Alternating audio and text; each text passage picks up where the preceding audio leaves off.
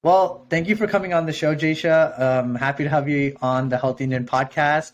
Really found you to be interesting because I know you're an ABC News anchor, plus you're Gujarati as well. So it's kind of cool to see those two things going together. So that's what attracted me to your profile. And the fact that you're a news personality and you're very, just you're putting yourself out there makes you like very strong. And I think a lot of people can look up to that. So that's why, I wanted to kind of interview you and also introduce you as to the, to my audience. For starters, like, how did you become such a news personality, and how do you, what's your story? Let's get that started. Well, first of all, thank you so much for having me on your podcast. My story is very weird. To make it really long story short. So growing up, I always got talks too much on my report card. I was really good at memorizing lines. I did theater, like anything where I could be on stage, where I could be with people. That was my jam growing up. And a lot of people were like, oh, put Jaysha in theater. So my parents put me in a theater program outside of school. And then one day my dad was online and saw this thing for a backstage tour. And you basically get to come to LA and tour all the Hollywood studios, and then you do a monologue in front of a group of people. And I was 7 or 8 at that time, and my dad was like, do you want to do this? And I was like, heck yeah, like I want to go to Hollywood. And I loved media. I loved the entertainment industry. I just was fascinated with that. So we went, and at the end of the tour, I did my monologue, and little did I know, it was a room full of agents and managers. So that's where my first manager was interested in me. And that's how I became a child actor. And he basically told my dad, very straightforward, if this is something Jaysha wants to do, there's no other place you can do it besides LA. So my dad talked to my mom about it, and they sat me down when I was 8, and people thought my dad was crazy. And they were like, is this what you want to do in life? And I was like, yes, this is what I want to do. They're like, okay, we're going to go to LA and we're going to test this out. And my mom stayed home and held down the liquor store and everything on her own.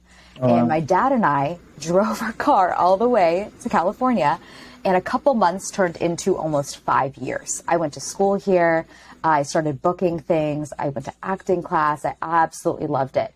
And my mom would visit once or twice a year. So there was a lot of sacrifice for my career growing up. And when the recession hit, my mom was like, I can't, do this on my own anymore. Can you guys come back? So we came back. I was still acting. My dad would drive me 2 hours away for my auditions. We'd fly back and forth for callbacks. And then eventually my dad was like, hey, why don't you finish off high school?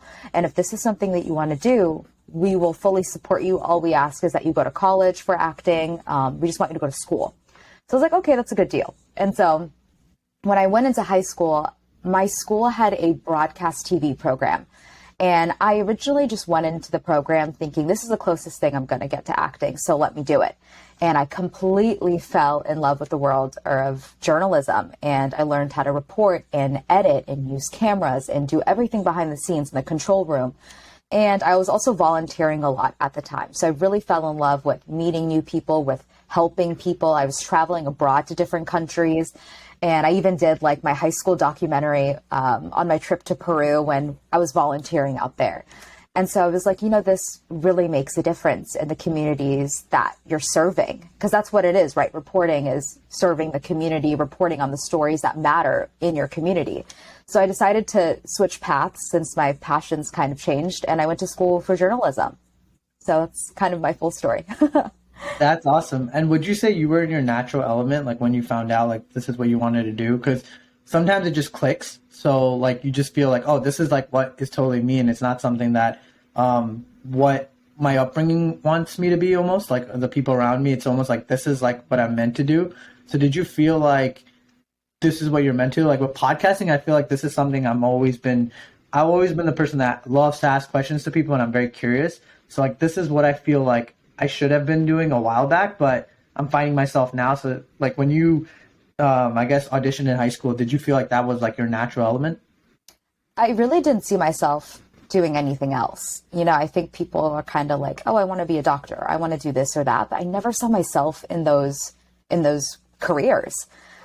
Talking, meeting people, telling stories. That's always been my passion.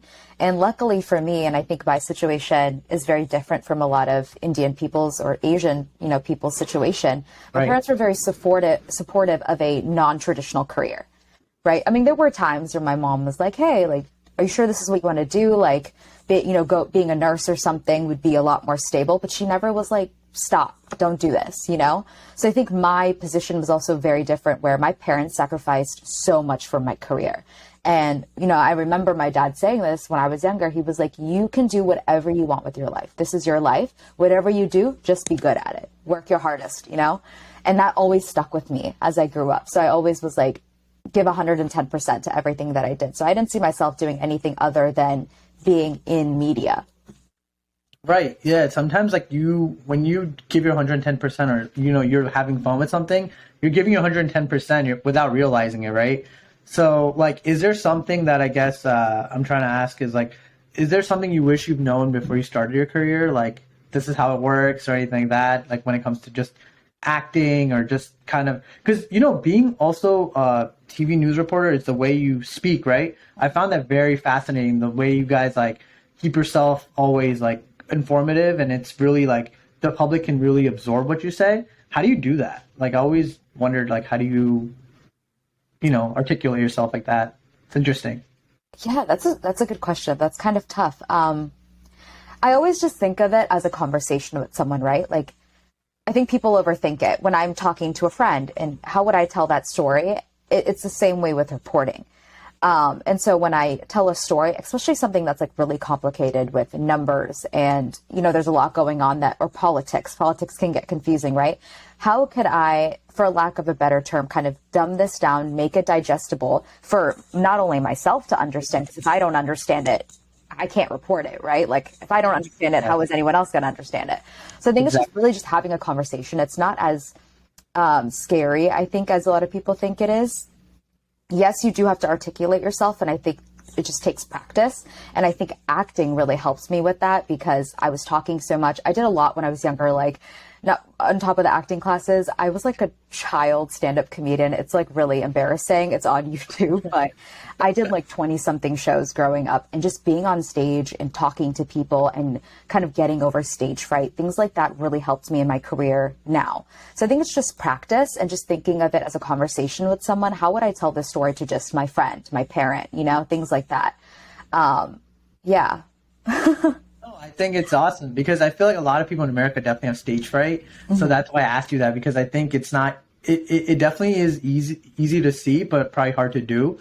And like you said, if it's not digestible by yourself, then how are other people around you or just the media supposed to digest it, right? So yeah. One of those things. Also, I know that you were on the episode of The Office. Tell me about that. A good friend of mine told me about it, so I'll tell you about it after. But yeah, I heard you were on the episode of Office. So how was that experience? Because that's pretty cool too. So I remember auditioning, and it's so funny because with the casting call was for an Indian girl for The Office. I was really young. I was watching Disney Channel. Office was not a show that I was watching at 11 or 12 years old. And I remember my dad, I literally can picture this in my head. My dad and I walked into the audition room, and it was filled with people of all different ethnicities. Literally everyone came out. And my dad and I looked at each other, and we just laughed. And we're like, there's no shot I'm getting this audition. The room was packed.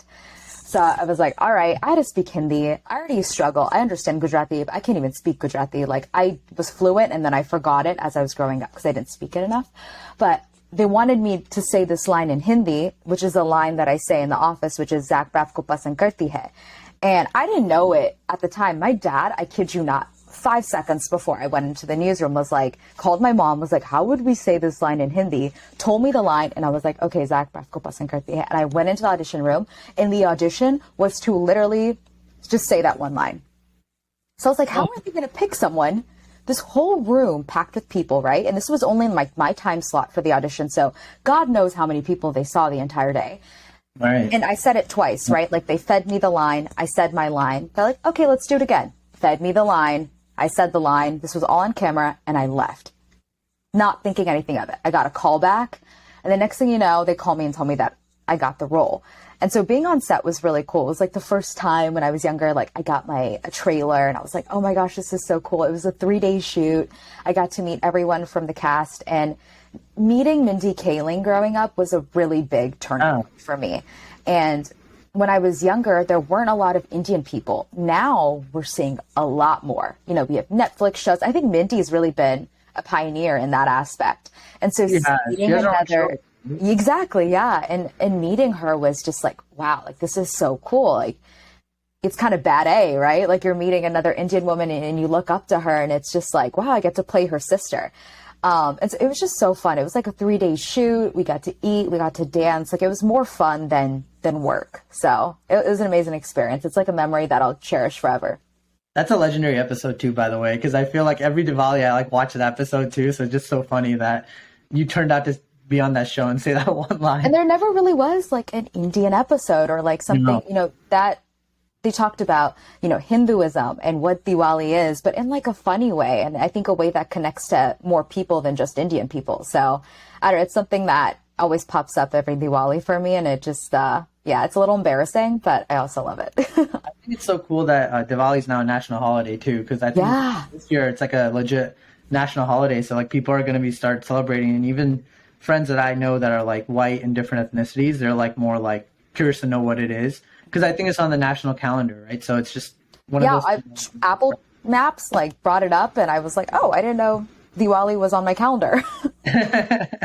That's true. Yeah, it just comes up out of nowhere too now. So even Hanukkah too. Hanukkah and like other things like Veterans Day, like, you know, just things you'd forget on like with the dates, like it just come up. So it's interesting how that works. Also, like, what's your, I guess like what is something that you want to be remembered for and why? Because I feel like being a news reporter and like news personality, it's like impactful. So like, I guess when it comes to this field, or just, it doesn't have to be news, but just like, what do you want to be remembered for? Because I think that's very important, right? So I think just helping to open the door for other South Asian people to join this space. Like, I don't feel like we have enough South Asian people in journalism. And I oftentimes get a lot of messages from college students who are Indian or, you know, or Desi in general. And they're like, hey, this is something I really want to do. My parents don't support it. Do you have any advice for me? And literally any message I get on Instagram, I reply to. Like, I don't care if you're a high school student or a college student. If there is a way that I can help you, I will try to help open the door for you. You know, I think that people are now starting to realize this is my life. This is the life that I have to live for myself. I'm going to pursue the career or the passion that I want to. And I think more parents are becoming more accepting of that. I think that there's still work to do, but I guess I just want to be remembered for opening, you know, the door for other South Asian people, because we do need more South Asian, you know, women and men in the journalism space. And growing up, I never saw anyone that looked like me or had, you know, Patel or any Indian last name on the news. And I remember when I was interning out here in LA in college, I met Tina Patel. She works at Channel 2 and CBS. And that was like a huge turning point for me. I was like fangirling. I was like, I've never met another Indian reporter in my life, let alone someone who has my last name. And I just thought that was so freaking cool. And I still remember the day that I met her. And so, yeah, I just want to help open the door for people to join the journalism space. And I always get messages and I always answer them. If there's any way that I can help anyone that's watching that wants advice or anything, you know, message me, because if I can help in any way, I will. No, and the fact that you are willing to be open and help people out, I think it makes a big impact, because I feel like once you hit a certain level of status or something, I feel like people forget their roots. So I feel like for you, it's always good to just like connect with someone that's up and growing, whether it's a small channel or a big channel, or like they just need advice. I feel like anyone listening, they can really benefit from you, just your daily habits, and like the fact that you're reaching out, like it'll mean a lot to them, more than you realize too, because they can be like, hey, this person reached out to me, you know? So and I think I'm still figuring things out, right? Like I just turned 26 in September. I've only been in news for 3 years. I graduated college in 2019. So I'm still figuring things out. And so I think too, like I was in their shoes graduating college, trying to figure out like how to get my first job only a couple years ago. And so I think that too kind of helps in a way when I meet people.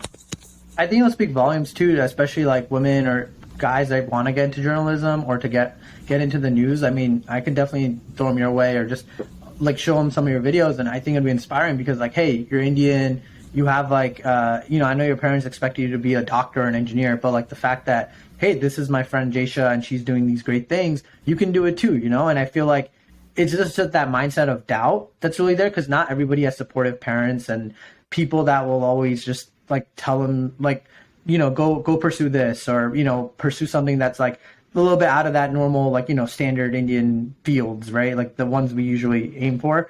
So I think like you're kind of like an inspiration, you know, and that's one thing like that's kind of cool that I noticed too. I was like, wait, I never knew there was like another person like similar to me, like, you know, or like talking about the news or having these headlines come out. So thanks for that. I appreciate it. And there's a lot more that, you know, like I loved Reena Nayanan when she was at CBS. Zoreen Shah, she works for ABC Network. Aisha Hasni, she works for Fox Network. She's Pakistani. Just like I'm starting to see more and more people, and it's just like so inspiring.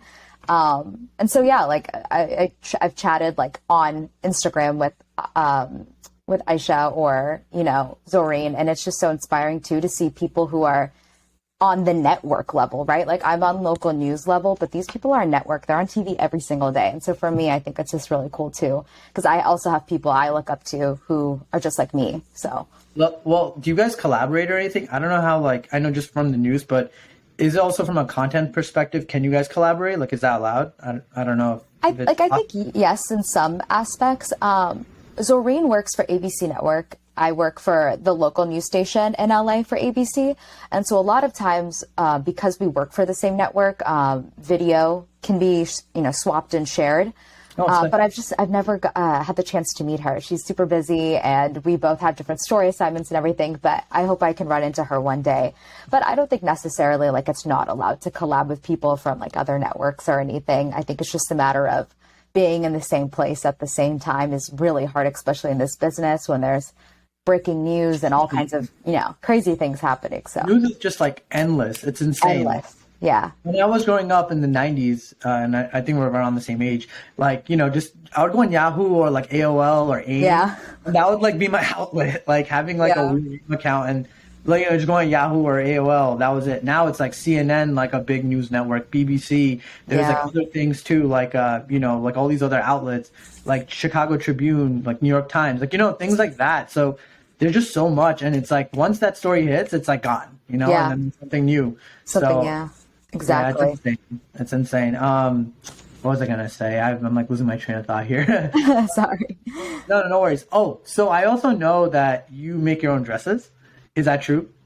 I make my own dresses? That's what I have here. I don't know. Or like I've designed. You design your own dresses, I think.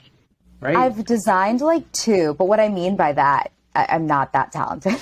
Like I'll tell my mom or like the tailor in India what I'm looking for, and then they'll make it off of my, like based off what I'll send them pictures of things and be like, I like this, or I like this border, or like I want it in this color. And then they'll kind of create it. They're the talented ones. And then I get it. But yeah, I'm really into fashion as well. And especially I think as I get older, connecting more with my cultural, like Indian roots.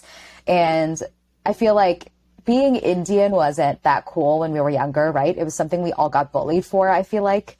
But as we get older, it's becoming more appreciated. And I feel like as I get older, I'm becoming more and more proud of being Indian. And one of the things that I just absolutely love is obviously like lehengas and what we get to wear and all of our cultural practices. And so if I could like one day have my own Indian company, that would be amazing. I think that's like that'd be very far into the future. But I do love fashion and I love trying to design something that's really different.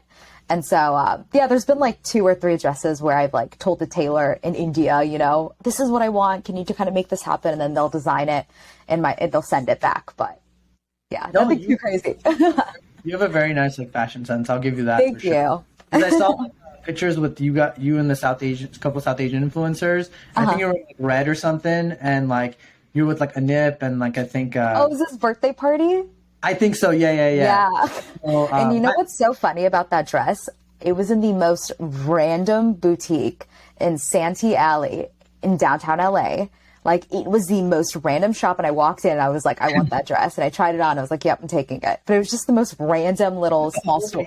Or did you have to like edit any of it out or no? Like, Sorry, what was that? you got the whole dress like from just like a random shop, or was it like anything you had to do edits It and was, yeah. The regular, it was basically how it was kept. It was just really long. It had this like really long dramatic train, and I was like, all right, I can't do this. So I did take it into a tailor to get it fixed, but that dress, I just got it off the rack. It was kind of like meant to be. It like fit me perfectly. It was my size. I was like, all right, I'm taking it. But sometimes I do have to change things. I think just like, you know, with anything, even American clothes, when you get clothes online, they just don't fit you properly. And then you have to like start, you know, tailoring it. But that dress literally was off the rack. So do you think like fashion aids like mental health in any way? Because I feel like it, like for me, it builds confidence. But what is your, I guess, your thoughts on that? Because I feel like presenting yourself, especially like on TV, I feel like you dress well, you feel well, you look well, right? So exactly. I completely agree with that. I feel like when you have a cuter outfit on or you feel, you know, like you look good, sometimes it just makes you a little more confident. I don't think that's, you know, I don't think that's the main point of confidence. I think a lot of it comes from within, but something that I've just learned growing up, because obviously my fashion sense has developed and I've probably worn some things that weren't that cute, you know, a couple of years ago. And, you know, I remember one time I wore this top and it had this like buckle on it. I thought it was the coolest thing. And a friend was like, you're literally wearing a seatbelt. And I was, and you know, but as I've gotten older, I've kind of learned to not care. If it makes me feel good, if it makes me feel confident, I'm going to wear it. Who are you to tell me it doesn't look good? And I think that goes for a lot of things in life, right? And I don't know. I dress for myself. Not a lot of people can pull off outlandish colors. Like I'm one of them.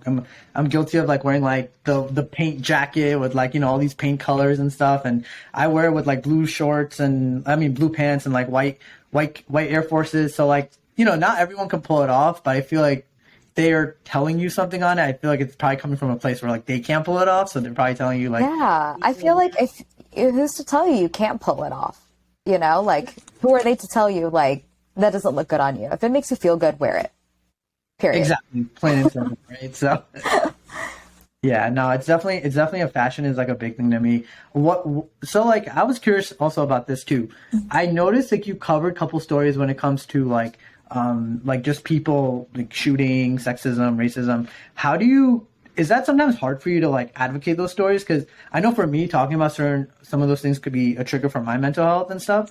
But like, is it easy? I mean, I'm sure it's tough, but like, how do you, I guess, constantly talk about that? Because sometimes the news has really good stories, but then sometimes it can be a little like, you know, Yeah. sad and disheartening stories. So like for you, I know you don't get to show too much of your emotion because you're like the reporter, but from your standpoint, how do you feel when you say those things? And I know it's tough, probably, right? So. Yeah, and I feel like stories that especially involve kids or like a parent dying, those affect me a lot. And there's times where I get choked up and I get emotional when I interview someone. But at the end of the day, I just like remember, especially if it has to do with someone dying, like this is someone's family member. Like this could just be, you know, it could be my family member, you know, it's kind of putting myself in that perspective as a journalist where this isn't just another story. This isn't just another shooting. Like this was a valuable life, you know, of a person that died.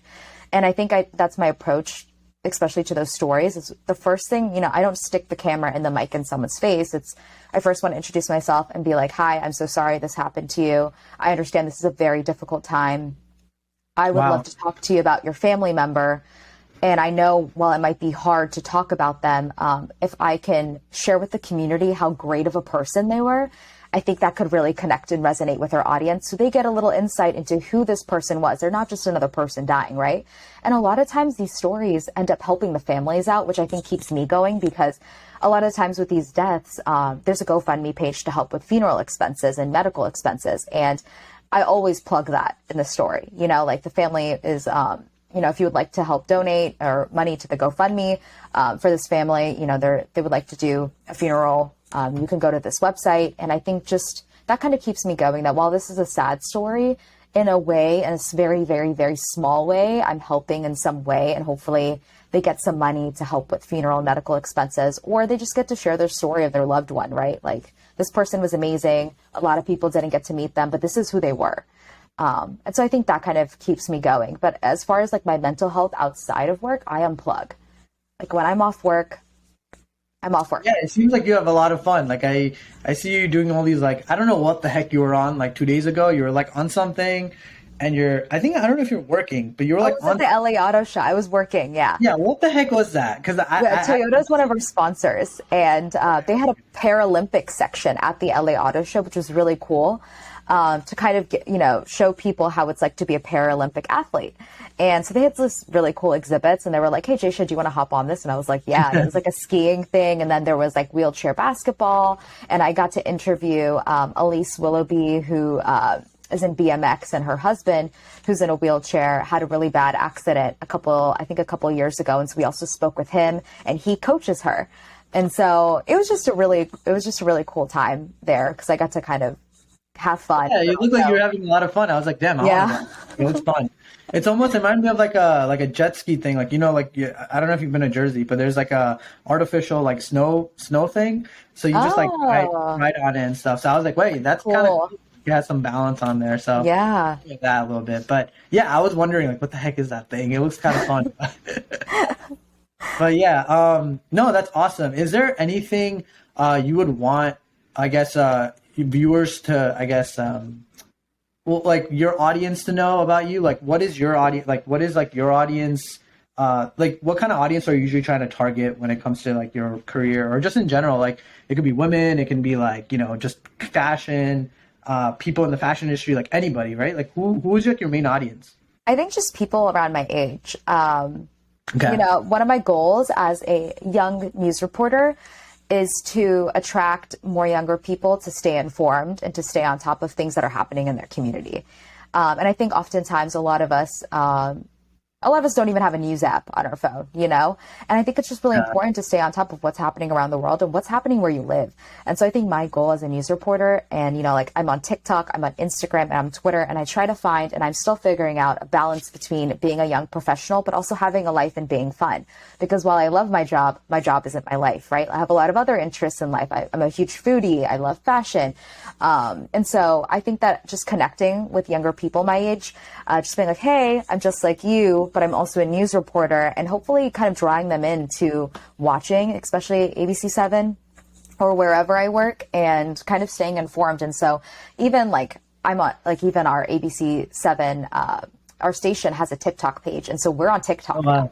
And so we're trying to really target people who are our parents' age, people who are my age or younger, and it works. And I think it's just like news is changing. It's always changing. We're always adapting. There's new apps coming out. It was Vine and Snapchat, and now it's TikTok, and Instagram's changing from more of like a photo platform to like a Reels video platform. And so I think that's just my goal, is to entice people to want to stay informed and hopefully connect with me as a young 26-year-old woman. Hopefully Indian people connect with me, as a young Indian person, to want to be like, oh, this is cool. Like, I want to follow her, and I want to, watch the news, or I want to watch her, because representation matters, right? And I think we kind of touched on that earlier, where a lot of us grow up not seeing people who look like us or have the same names as us. And I think that that's one of my biggest goals, is just kind of be the representation that I wish I saw growing up.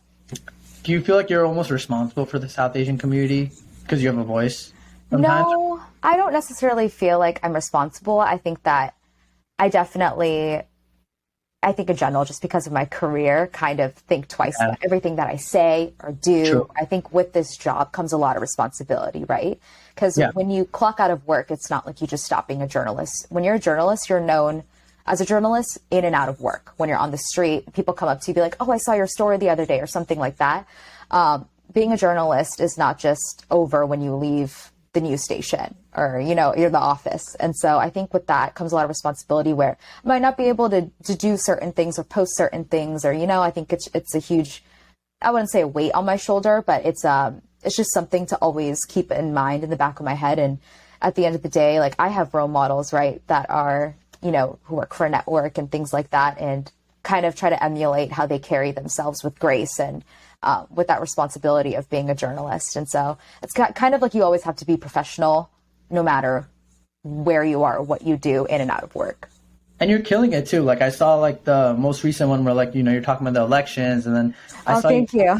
Yeah. No, you're doing amazing. So I think like, like the energy you're putting out, you keep doing what you're doing. I think you're going to go a long way. And, just having you on here is like, benefit to my channel and stuff too. So like, Thank you. I think you're going to do great. And even just doing this for 3 years. I can't wait to see how you're doing the next year or two, especially as, just the personality that you are too. And like, you're really a kind person. So I really appreciate that. So Thank you. going to be interesting. Do you as also, as being a part of I guess, aside from journalism and being part of the news anchor, how is like your day-to-day schedule? Getting ready, putting on being very fashionable and then like going to work. Like, how do you manage your time even after work too, right? Like, it's probably tough not to look at your phone, not to look at like social media and stuff. Like, how do you detach? To answer the first part, my day is pretty crazy every single day. Like I'm an early morning person. Like I try to go to the gym at 6 a.m. and then I come home, shower, get ready, and I get my story assignment at 8 or, a little after 8. And it could be anything from like a really fun, positive story to like a really serious breaking news story where they're like, can you head out the door in like 10 minutes? And so every day is a different day. News is always ever changing. Yesterday I was on like one story assignment and then literally I'm on the morning meeting and they're like, actually, we're going to move Jaysha to another story. And then I'm like, okay, gears completely changed to two very different stories. But as far as, what was the second part of your question? Sorry. How do you detach? Like, let's say like you're going after work, like you want to go out with friends and get happy hours. I do. I think that's an important part of this, or for me, and keeping my mental health, because we cover so many stories that are sad, is when I'm off work, I'm off work. I'll have my work phone on me, but I'm not constantly checking my emails like I am throughout the day when I'm actually at work. Like I meet with my friends for a drink or for some food or, even just watching a show on Netflix or just relaxing, just something to like kind of unplug that has nothing to do with news. I think kind of helps me stay sane sometimes, especially when there's days where it's like multiple sad stories in a row.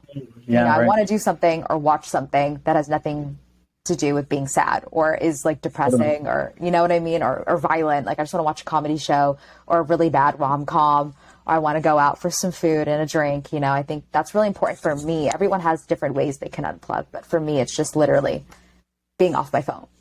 For me, it's kind of tough to unwind just because as a content creator recently, it's just like, oh, I have to have new people on. So I always have to like look up like, just different things about the guests and stuff like that. But then I try to also find a balance and I'm working towards it, but it's hard because even after I'm done with work, people see like especially in Jersey, like I'm from Jersey, they see like my stories and then they ask me about podcasting and stuff. And I'm like, it's kind of tough because I don't want to talk about this right now, but you have to talk about it, right? Because it's my passion. But sometimes like, just if you've done so much of that in the whole day, I feel like I also want my mental health to be in like optimal level, like checked well. And I agree. Like when I get messages, sometimes I'll just message back and be like, hey, I just want to let you know I saw your message, but I'll message you tomorrow about this and set a reminder. So that way the next day when I'm refreshed, it's a new day and I'm at work and I have a couple minutes like on a lunch break or in between stories or something, answer the question. And then, so that way you're not like ignoring people, but at the same time, it's like,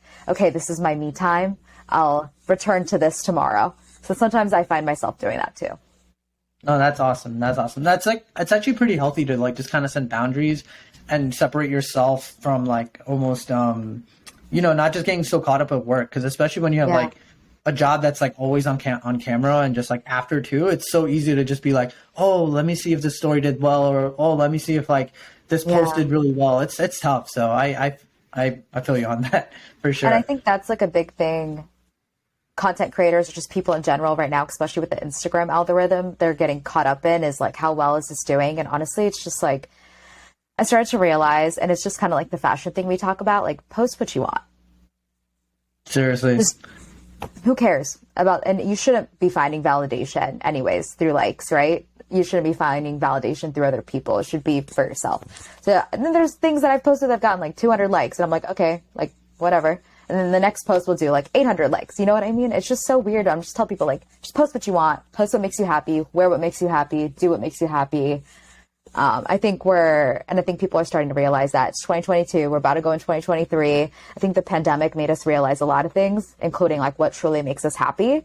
And just don't overthink it. Just post it. And I think that's something I'm working towards too every single day is who cares what people think? Just post it, I think definitely in this era now, we're so big on tech that it's tough because every year something new comes out, like TikTok comes out, or there's a new app like Be Real now. Yeah, I'm not on that yet. I don't, I can't keep, I'm like, okay, I don't know.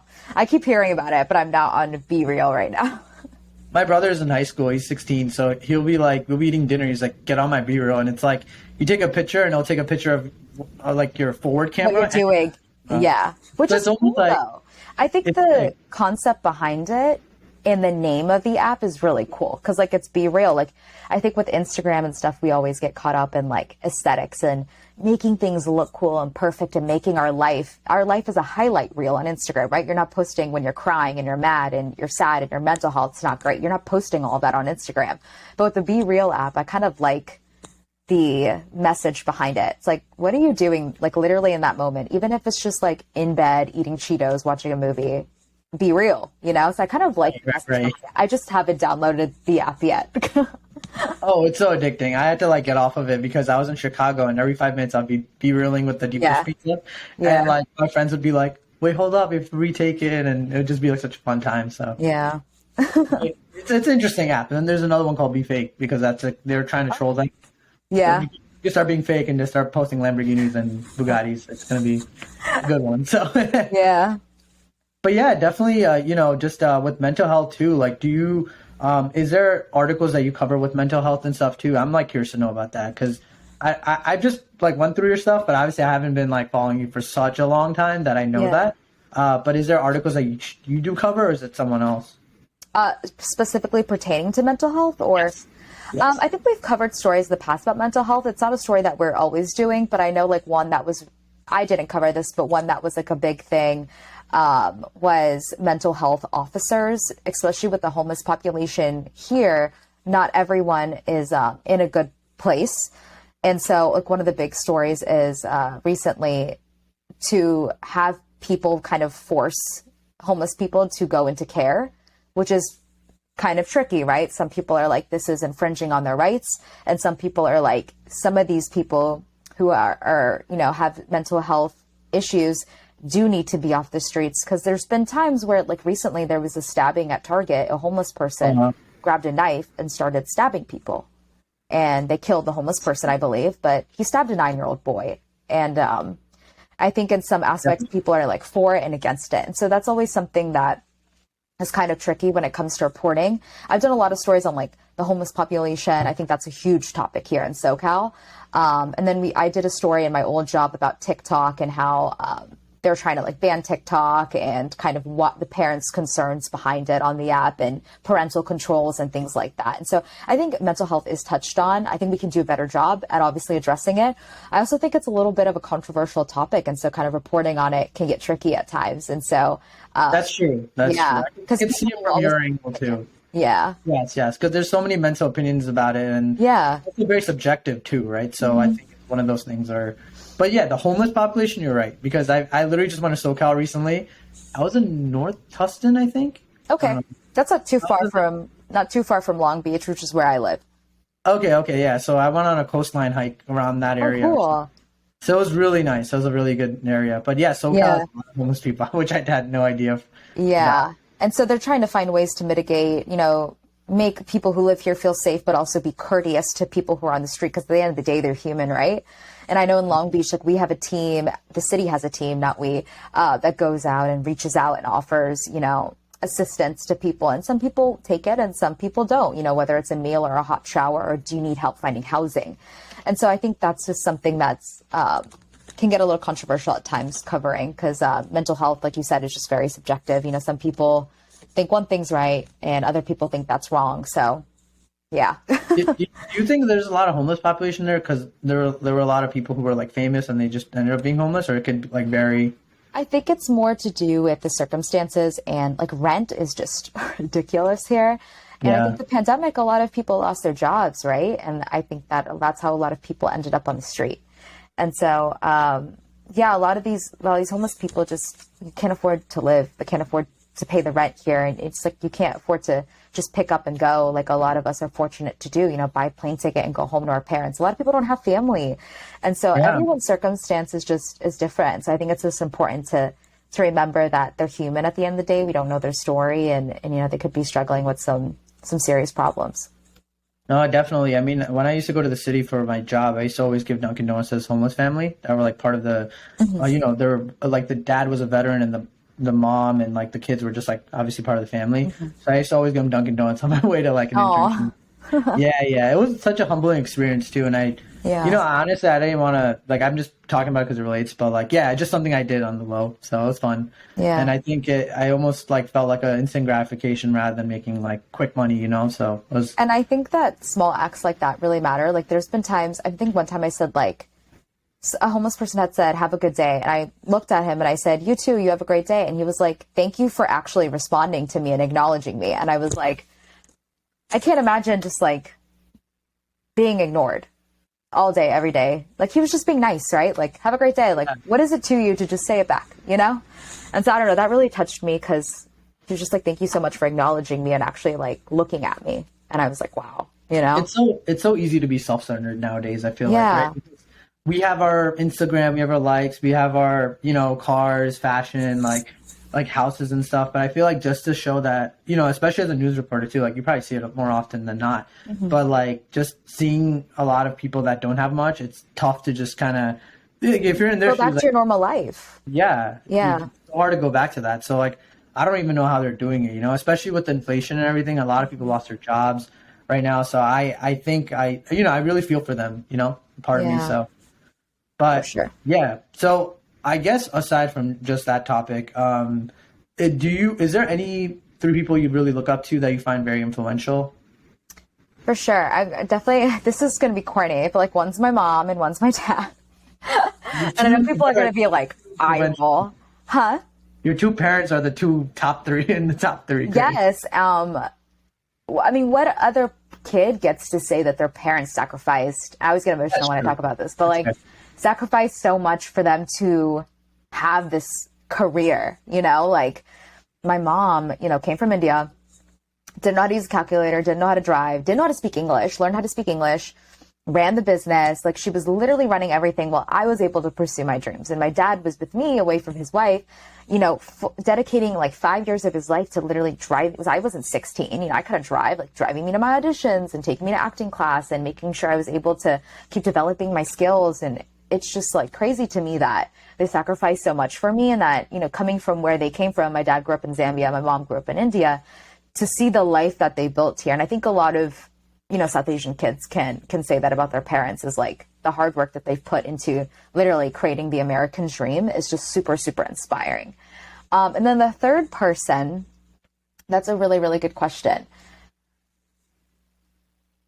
Take your time. You got all day. It's all I good. know. I'm like, there's a lot of people that I look up to, but I'm trying to think of someone that I really. For me, I've always wanted. So I've read his book, Think Like a Monk, Jay Shetty. So Oh, yeah. he's been mentioned forever. Like I told this to every guest. Like when they asked me, like, well, who do you look up to? Like Jay Shetty. Jay Shetty. Yeah. There you go. That's all I did during the pandemic. Just read his book every single day. Yeah. That's a hard one. I'm trying to think of like a person that I really, really look up to on the journalism aspect. I really loved Rena Ninen. She's not with CBS anymore, but I just Matt like Lowry? absolutely loved her. Sorry, who? I get Matt Lowry, I guess. No. Rena, do you know? I'll look her up. I just sure. loved her sense of reporting, and she was just like so regal. And this is Rena. I don't know if you could see her. Okay. Yeah, and I remember the first time I saw her on TV, I was just like glued to the TV watching her, and I just absolutely loved her. I also really inspired by an anchor at my old station. His name's Darwin. And he is just like the best storyteller I have ever met in my entire life. The way he can take the most boring story and make it interesting is just baffling to me. The way he just like sounds like he's talking to someone, like I really aspire to be on that level of storytelling when it comes to news, because he's just so talented and so humble. He never says no. He takes like every opportunity. He anchors a morning newscast and then like literally runs out and reports a story and turns it for a later newscast. Like he's just so hardworking. And Wow. I consider him my mentor till this day, and I still reach out to him and get feedback from him. But he was a huge reason for my growth in my first job in Alabama. And so I totally look up to him. He's just like super, super inspiring for me. No, storytelling is really important. I feel like if you can tell a story, you can convince anyone, or sell anything that you want, you're passionate about, to someone else, or just connect with someone, right? So I think it's so important. You should send me his link. I would love to Yeah. like see like how he articulates himself, because I'm And with always news, do it's that. not so much about selling, but just telling the story the way it deserves to be told. And I think people forget that like news reporting is storytelling, especially with a lot of the stories that we report on. And so writing is a huge thing. He's just like a tremendous writer. And so I aspire to just be on that level of experience where I can tell a story like he does. No, that's awesome to hear too, and the fact that he can just like just say his thoughts like that. I mean, it's a skill for sure. Yeah. I've only come around like a handful of people who could do that, but it's hard to find people who can just openly tell a story. And it takes time, right? Like he's been in this business since he was, younger than me. And so I think it's just a skill you develop over time. Right. No, for sure. I definitely agree with that.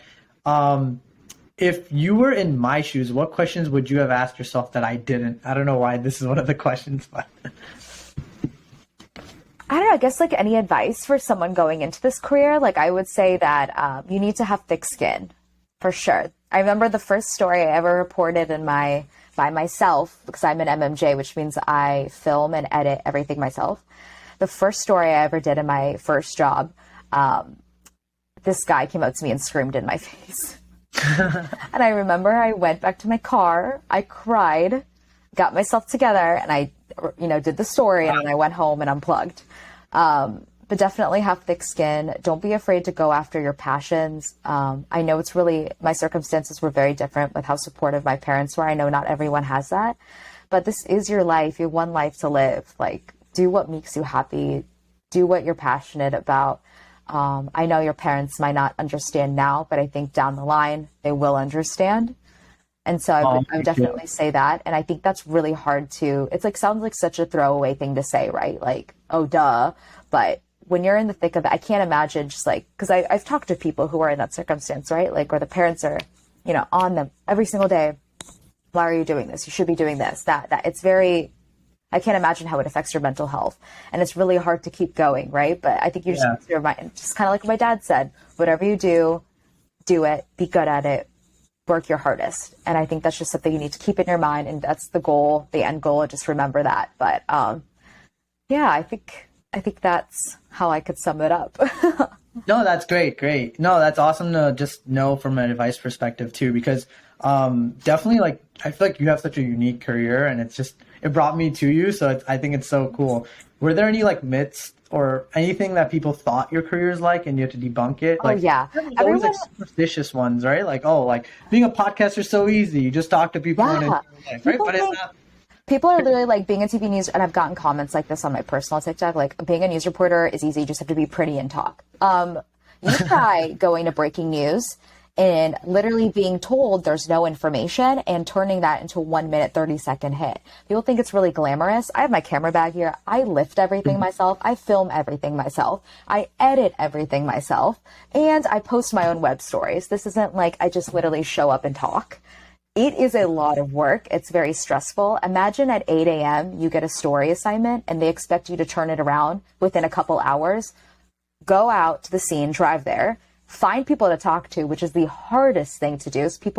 I've been on easy stories like the weather, where it's like, oh, it's really hot. Talk about people about the record temperatures. I mean, I will literally go up to someone and be like, hey, can I just talk to you about the weather? And they're like, no. You know how hard it is to just talk to people? Everyone says no to you. And then write a story, a whole script, track it, import all of your video, edit it, write your web article, everything under deadline within a matter of like 4 hours. How are you doing that? Because even uploading a video on iMovie for me is like, the thing takes a while for it to process, right? So it's very dodgy. It depends on your Wi-Fi. At home, I have great Wi-Fi. It's reliable, but I always want to send stuff like 30 minutes earlier than when it's due, because there's been times where it's like a snail's pace and it's not going, and you're like, I got to get this on air, you got to send it to the station. And so I think there's a huge misconception that just being in TV news is super easy and super glamorous. Like, I don't get my makeup and hair done. Like, we're balling on a budget too over here, and we do everything ourselves. And so it's not as glamorous as you think.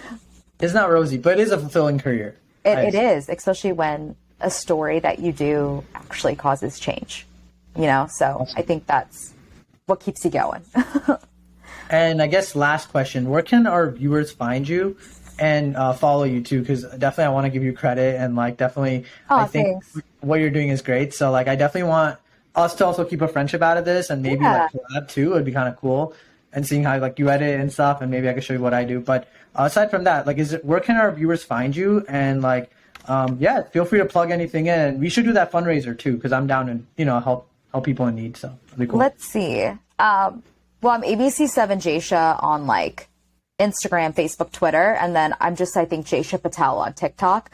And then if you're more interested in seeing my work as in like stories, if you just Google like ABC7 Jaysha, it'll come up like my bio and my profile. And if you scroll down, you can see my most recent stories over the past couple weeks.